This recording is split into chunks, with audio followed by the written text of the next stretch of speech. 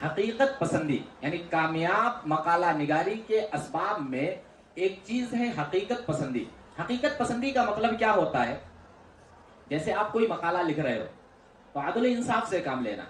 عدل و انصاف سے کام لینا. عدل و انصاف کا مطلب کیا ہے؟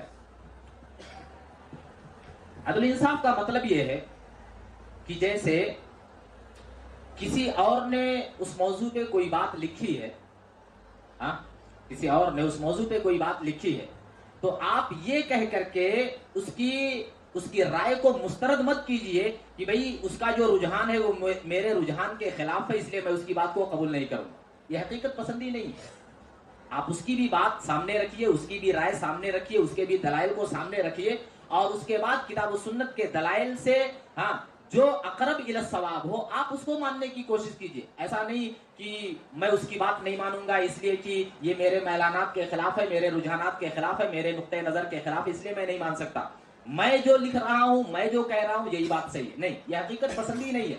آپ اپنی بھی رائے سامنے رکھیے, دوسروں کی رائے کو بھی سامنے رکھیے, تجزیہ کیجئے. تجزیہ کرنے کے بعد کتاب و سنت کے دلائل اور علماء امت کے اقوال کو سامنے رکھ کر کے آپ جس حقیقت پر پہنچیں, جس انجام تک, جس نتیجے تک آپ پہنچیں, حقیقت کے دائرے میں اس کو قبول کیجئے, اسی کو لکھیے اور اسی کو پھر سامنے بڑھانے کی کوشش کیجئے. یہ بہت ضروری ہے, یہ بھی بہت ضروری ہے. کسی کی بات کو صرف اس لیے رد کر دینا کہ وہ میرا مخالف ہے, میں اس کی بات نہیں مانوں گا گرچہ اس کی بات صحیح ہے, یہ حقیقت پسندی نہیں کہلاتا.